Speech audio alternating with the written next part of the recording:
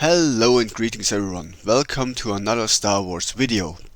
Today I wanted to talk about the Force. What even is the Force and how does it work?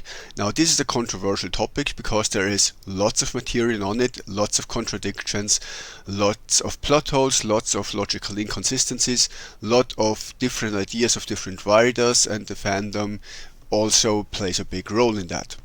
Now, on this very channel, we have had several discussions going quite awry because many people don't want to accept simple truths about the Force. Now, I had a discussion with someone saying that the Force is the balance and that the dark side is just a corruption of the Force. And to some degree, that is what George Lucas said, but as I show you here in the picture, that is not what we actually see in the in-world sources that we have. I've gone into that deeply in several videos. I just want to show this again because it kinda is important here. So there is an official made by LucasArts, signed off by George Lucas himself, who wrote the episode where this first appeared, of the dark side of the Force, the light side of the Force, and the balance, which is, as you can see, a merger of the other two symbols. So again, it is a yin and yang type thing. Many people also point out that Anakin was supposed to bring balance to the Force, as said by Yoda, as said by Obi-Wan, as said by Qui-Gon and others. So if Anakin was supposed to bring balance to the Force, my question is, how can he bring balance to balance? Either the balance is balance or it's not, and he could bring balance to the galaxy, but he was specifically tasked with bringing balance to the Force. So apparently the Force doesn't have to be in balance, and if it isn't balanced, then there has to be two sides, two extremes, fighting over dominance, which is exactly what plays out through the entirety in Star Wars, and I can go a little bit deeper in that. So before I do, I want to shout out a channel that is pretty good.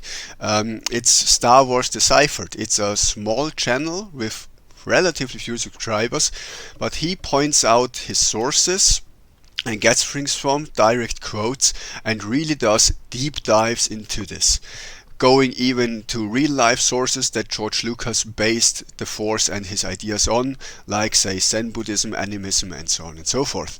And I want to do the same here, even going so far as using quantum theory, string theory, and the whole dark energy, dark matter thing. And as said, it's complicated. Now, most importantly here, we know that the Force has different aspects to it, and with that I think a lot of problems go away, because there is three types of Force: the living Force, the cosmic Force, and the animus.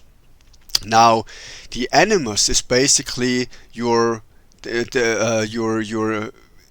a combination of your inner power and your noumena, your spirit, your mind. So the animus is your own personal power, your essence, the thing that you transfer with the dark side power essence transfer. It's the your personal access to the Force, your personal individual living Force, if you want. The living Force is basically the amalgam of all living beings in the universe. Everything that is alive has its very own anima, its very own life essence, its very own Force signature, if you want. And the living Force is the energy field created by all of this. You can a metaphor that works quite well is if you think that each living mammal, at least, radiates heat away from itself. It's heating up internally. You have a certain core temperature in your body that your body creates by itself, and you radiate it off to the outside. And if there's many people in a room, the room gets really hot really quick, because all those combined heat radiations heat up the entire room, and so the heat in the room is basically the energy field of the combined heat, which would be the living force. And then there is the cosmic force, and the cosmic force is pretty much the opposite of the living force. Everything that dies goes back into the cosmic force, and the cosmic force lends life to living creatures by giving off cosmic force and making it into living force. So it's basically reabsorbing the living force from living things that die, and it's giving life to dead things, making them alive. And if you understand that, you, I think, kinda already solved the whole issue, because so many contradictions go away. As example, many say that the living force is basically the thing that allows you to manipulate things. It's the Jedi view of how force powers work. You have to manipulate the living force and use your own animus to do so, and then you can do things that seem magical with the force. But at the same time, as multiple sources stating that the Sith don't do that. There is many points that say that the Sith basically just eat the living force, corrupt the living force, and the living force at some point is completely gone from a Sith Lord. So at some point there's no return, because the Sith don't even have any animus or living force left in them. Now we kinda can say that that can't be true, because the animus definitely stays, because that's what they transfer with their essence transfer. Now you can say the living force, they are still alive thousands of years after their original point where the body should have died, so they clearly have living force in them, because otherwise they wouldn't be alive. You have Sith spirits that are clearly dead, still using force powers and manipulating the living force, apparently the living force, around them, which they shouldn't be able to do when they're dead, because they don't have a connection to living force anymore if they are dead. So how does that work out? How exactly can Sith Lords like Darth Nihilus, who are completely void of any living force, use force powers and manipulate the force if they don't have a connection to this energy field? Because in the Jedi's view, you can only manipulate the force as long as you have the connection to the living force network. So apparently the Sith have to draw their power from somewhere else, otherwise these things wouldn't work, or the Jedi are simply wrong. Now, if you know the force just as the living force, that creates a lot of problems, because there's lots of things happening that shouldn't be possible in this mindset. As example, how exactly do you manipulate inanimate objects like rocks? Because rocks are not connected to the living force, they don't have an animus, they have no connection to the living force, yet the living force can clearly manipulate objects that are not connected to the living force. So there has to be something else there. Now, in another video I already said that the Force, technically speaking, isn't the only cosmic power at play in the Star Wars galaxy. There's others, but the Force is the only one really explored in Star Wars. So it could be that the Sith are just using a completely different power, but that kinda doesn't work either, because we know that the Sith use the Force, they themselves say so, and that they have basically the identical similar powers to the Jedi, and some powers are shared amongst Jedi and Sith and Grey Orders, so they clearly have to draw from pretty much the same source. Now, Sith sorcery and Sith alchemy, those might, we don't know, might be a different cosmic power at play, because Sith sorcery is vastly different from normal force powers. So Sith sorcery could stem from a yet unexplored cosmic force, cosmic power that we know little about, to nothing about. It may just be a different manifestation or way of manipulating the living force, or the cosmic force, we don't know. But as things stand, it seems that the Sith have access to something that should be impossible according to the Jedi. Now, according to the Jedi, there's even more interesting things, because the Jedi say that the living force diminishes the more people who are force sensitive die, because according to the Jedi, the people who can manipulate the force are basically stars or beacons of the living force. And when they die, the living force goes back to the cosmic force. So according to the Jedi belief, when Order 66 happened, all remaining Jedi should have been severely weakened by the loss of the living force in the cosmos, because there's less force around and less force to manipulate. And there's many in-world statements that say, and even interview sources that say, that the Jedi should have been severely weakened by the death of so many Jedi. Funnily enough, Luke Skywalker is one of the most powerful Jedi to ever exist, and he exists in a time where there were barely any Jedi left. So Luke Skywalker directly contradicts this Jedi belief, because Luke Skywalker was super powerful despite there being almost no Jedi left. If you go through galactic history, many of the most powerful Jedi in galactic history appeared at times where the Jedi Order was nearly wiped out. So this whole idea the Jedi have about the living force and the Jedi doesn't seem to add up, because what we see happening in the universe is the exact opposite of what the Jedi expect to happen. So the hypothesis arguably is very, very flawed. And then there is the whole Sith issue. So according to the Jedi, the dark side is as powerful as the light side. Okay, so far so good. And that the dark side is the quick and easy way to achieve the same things. Okay, so do they stem from the same power source? Because how do you achieve the same things otherwise? How are they equal otherwise? Difficult. So the Jedi, basically the Jedi view is proven wrong by the existence of the Son, the Daughter, and the Father. And as seen in the symbols, there clearly is a balance, and that's when the dark and light side cancel each other out, more or less. It's just like the dark, the night and the day are two different aspects of basically the same idea.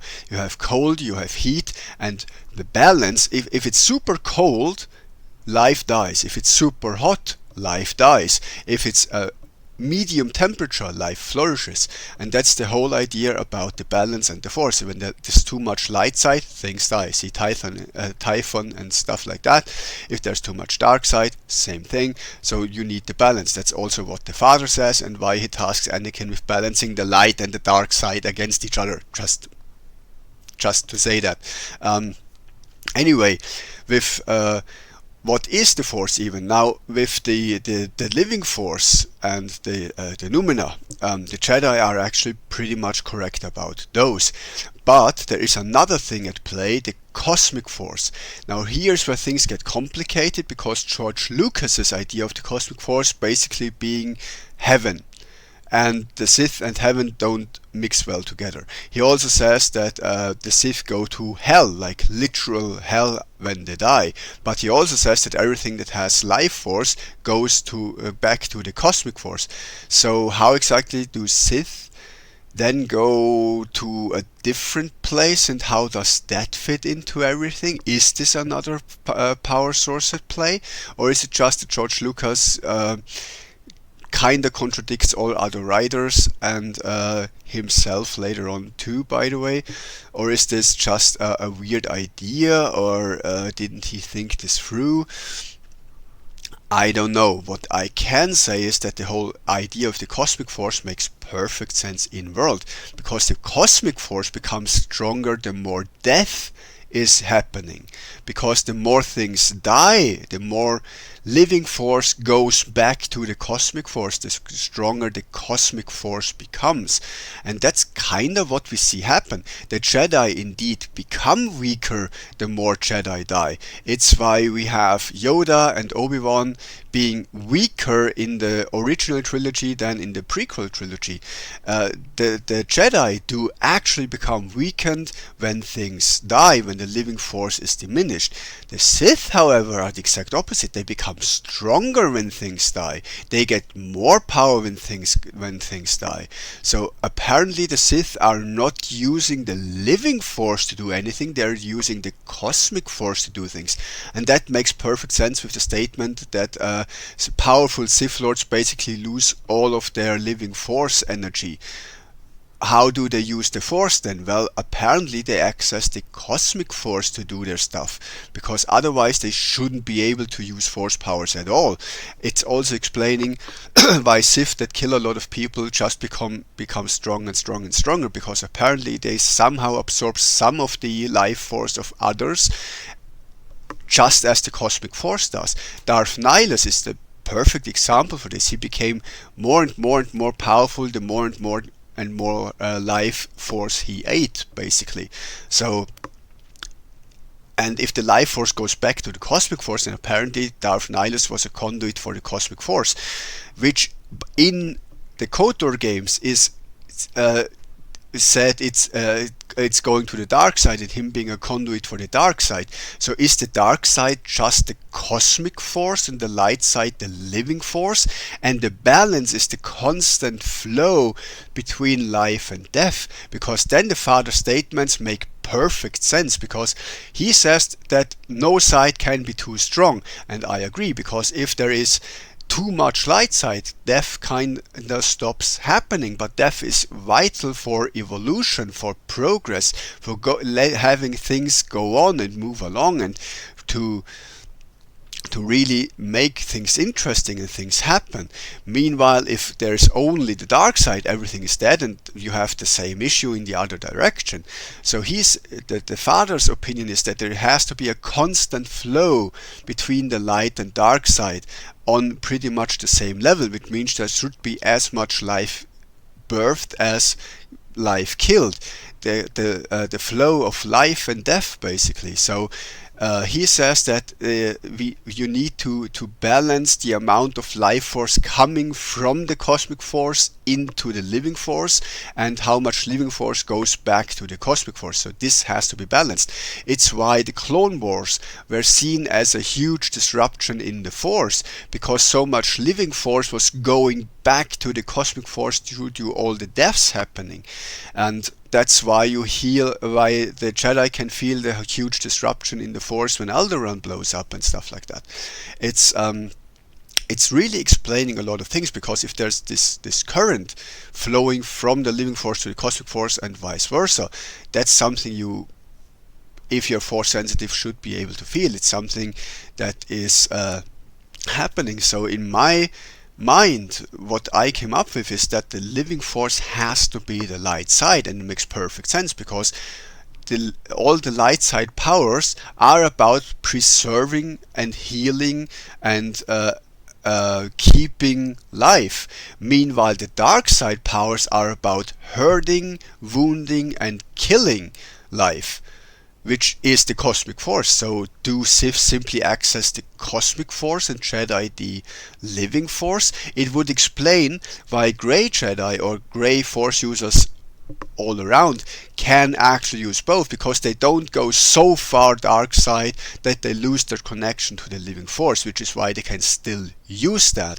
It's also why Sith, after transferring to a different body, have access to light side powers like Vitiate, because, well, apparently they're just using someone else's life force to do that. It's why Life Drain can heal the user, because they don't heal themselves with force heal anymore, because apparently they can't, because they don't have any connection to the living force anymore, but themselves, that is, but they can use the living force of someone else to heal themselves and take their living force to heal themselves, which explains force drain perfectly. And it would it's also perfectly what the cosmic force does. It takes the cosmic force takes the life energy back to itself. So are the Sith just a manifestation of the cosmic force? Because that would also perfectly explain the eternal war between Jedi and Sith, because if the Jedi are the living force, and the living force wants to take life force out of the cosmic force, and the Sith want the life energy back into the cosmic force, makes perfect sense. It makes sense why the Sith are so much more powerful, uh, uh, um, so much more powerful in total, because the cosmic force is, in theory, so much bigger and larger than the living force. It would also explain why the Sith so often seem to ignore the rules of the living force or nature in itself, because the cosmic force doesn't care about that. The cosmic force is more a spiritual thing. The living force is more of a physical manifestation. The spiritual part of the force is the cosmic force, and it's not as well explained as the living force. As you see, one of George Lucas's most disliked ideas that he had, that fans hated and rejected, were the midichlorians. Personally, I don't like the midichlorians either, because they hurt science, because midichlorians are said to be living organisms living inside cells, which you can't have, because cells are already the smallest living organisms, and you can't have even smaller living organisms, and with the Whills he wanted to have even smaller living organisms inside the midichlorians. And there's this whole issue with how do midichlorians even give force powers to anyone, because Anakin, upon losing his limbs, apparently became weaker in the force. So is it the total amount, because then large species should be much more powerful than small species with the force, because the small species have less cells and thus less midichlorians? Is it the midichlorians per cell that count, and Anakin shouldn't have been affected at all? And so on. So it's a mess. But the whole idea is that if the dark side is the cosmic force and the light side is the living force, I personally think all the problems go away, because the constant war between light and dark side is living force and cosmic force in a nutshell. The balance would be a stable current between those two that makes life flourish. Perfect explanation, I think. And man, if you know physics, I went on about dark energy. Now, we know that energy can't be created or destroyed inside a closed system. And as things look right now, our universe, real life I mean, is not a closed system, because there is dark energy in the universe, which means that the energy of the universe increases, and we don't know why or how or where this energy comes from. We just experience and we can see that it happens, but it violates basically everything we knew about physics. And here's the cool thing. If there is such a thing as the cosmic force, dark energy is explained, because the cosmic force is not a physical measurable thing, but it produces energy in the physical realm, living force. So dark energy might really be the cosmic force, and the energy that we know that vanishes out of our system, that also happens, by the way, happens with some forms of radiation, that would explain the living force and the current in between those. I think that's a pretty cool sciencey thing to explain this. And really the only issue that I think George would have with that is that in his mind the Sith have to be evil. I disagree with that. Now, what I do agree with is that he says that the light side is altruistic and the dark side is egoistic, and you can't balance those out. Yes, you can, by sometimes being altruistic and sometimes being egoistic, and that's actually what any medical personnel tell you, that's the idea, that's what you should do. You can't help people if you are dead yourself. That's why it says that you have to put on your own oxygen mask before you're trying to give oxygen masks to other people. It's why medics are always taking care of themselves first, and why fire rescue people, firemen, are ensuring that they are safe first before they go on and help others. That's the idea of balance. And also this whole entire idea of egoism being evil. Why?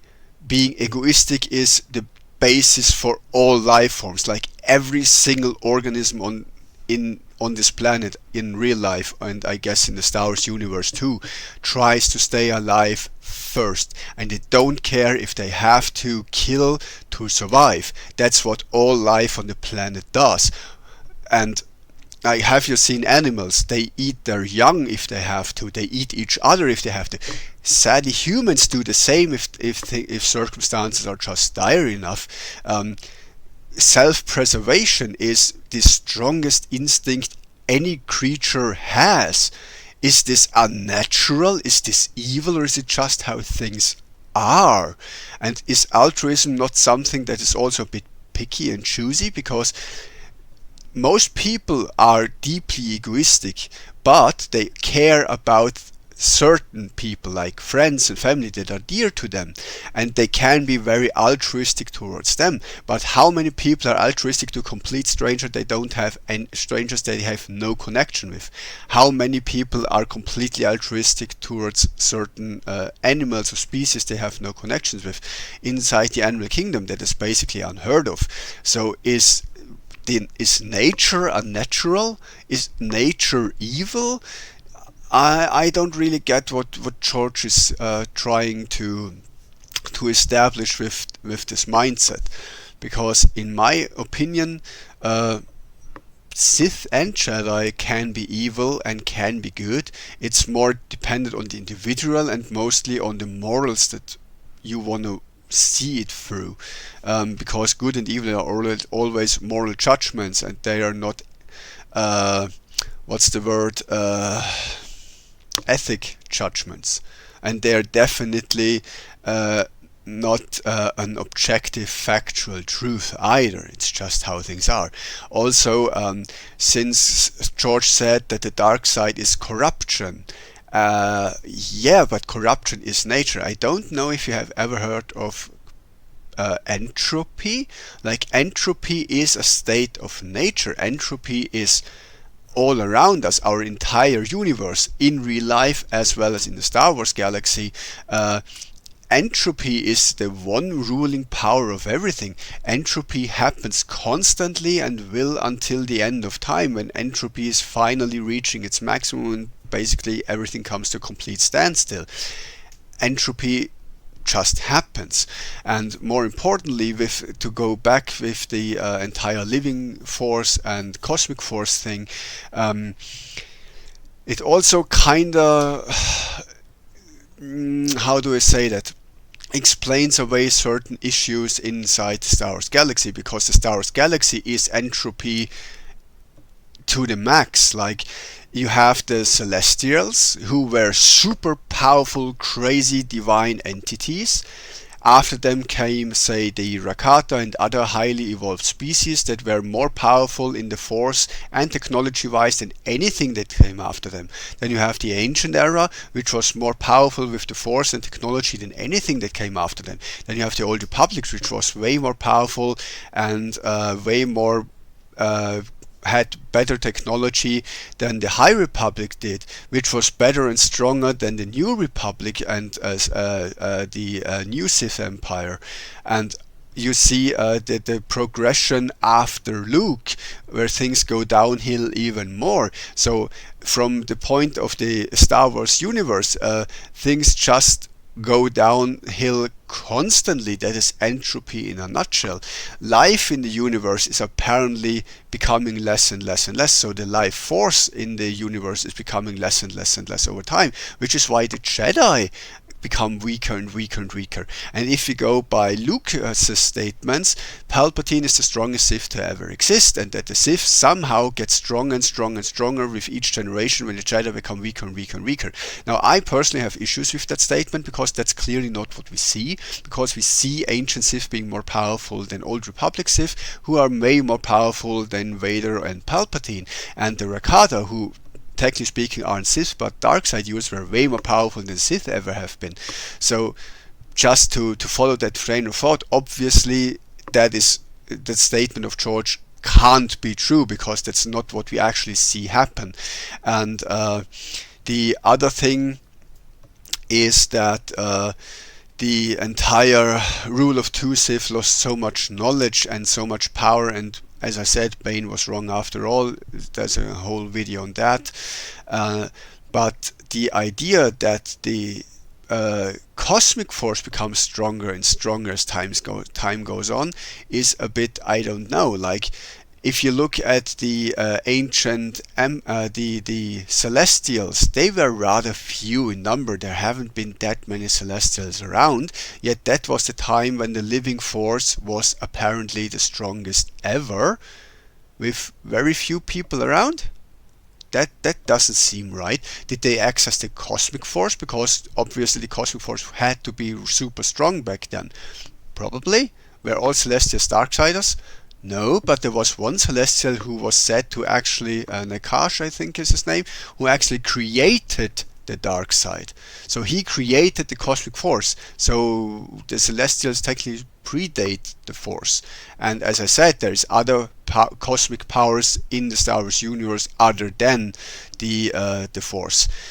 Anyway, this gets really complicated, but let's look a little bit further. So during the Rakata times, there were more dark side users than any time after them, and they were way more powerful with the dark side than ever before. And they did huge mass sacrifices, so they fed a lot of living force energy back to the cosmic force, drew from the cosmic force apparently, and were super powerful with the cosmic force, though apparently not very strong with the living force, because there wasn't that much, and there was nothing to oppose the Rakata, because I guess due to so many mass killings and genocides, the living force became so weak that nothing could stand against the Rakata, until the Rakata killed themselves and balance was sort of restored. We see the same happening with the whole ancient Sith era. We see the same thing happen with the Old Republic era, with the huge war between the Republic and the Sith costing trillions of lives and stuff like that, and the Jedi becoming weaker and the Sith becoming stronger, until again the Sith destroy themselves. Like, how many times have the Sith almost wiped out the entire Jedi Order? Multiple times. How often were the Sith stopped by themselves? Every single time.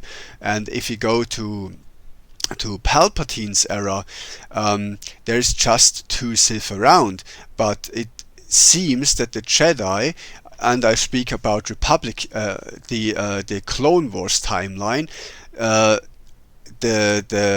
Jedi aren't that much weaker than the Sith. Like, they are weaker than the Sith, yes, they are weaker than Palpatine, but they're not that much weaker. There's not that much of a power difference between them. And if you go with Luke's time, I honestly don't see how the Jedi are that much weaker than the Sith of the time. I may be wrong there, but it just occurs to me that there is another conflict. Now, again, it's a difficult topic, but I do think, and that's my conclusion of all of this, and I will stress out that is my idea. I haven't seen that in the fandom yet. Hopefully I will, because I think it's a brilliant solution to the issue. If the cosmic force is the dark side and the living force is the light side, and the basically animus numina is the inherent ability to control these, and the balance is actually the current between life and death, between the cosmic and the living force, I think everything makes so much more sense in Star Wars, and there's so much that it would explain. And I think if the Sith are using the cosmic force, that would give us a great idea why they do become so much more powerful than they should be, really. In special arguing that they are somehow losing the control to use and channel the living force. So what else do they draw from if not the cosmic force? I don't know. It's just my brain going wild, going nuts. But I think it's a pretty good explanation. So let me know what you think in the comments, and thank you. Have a nice day. May the force be with you.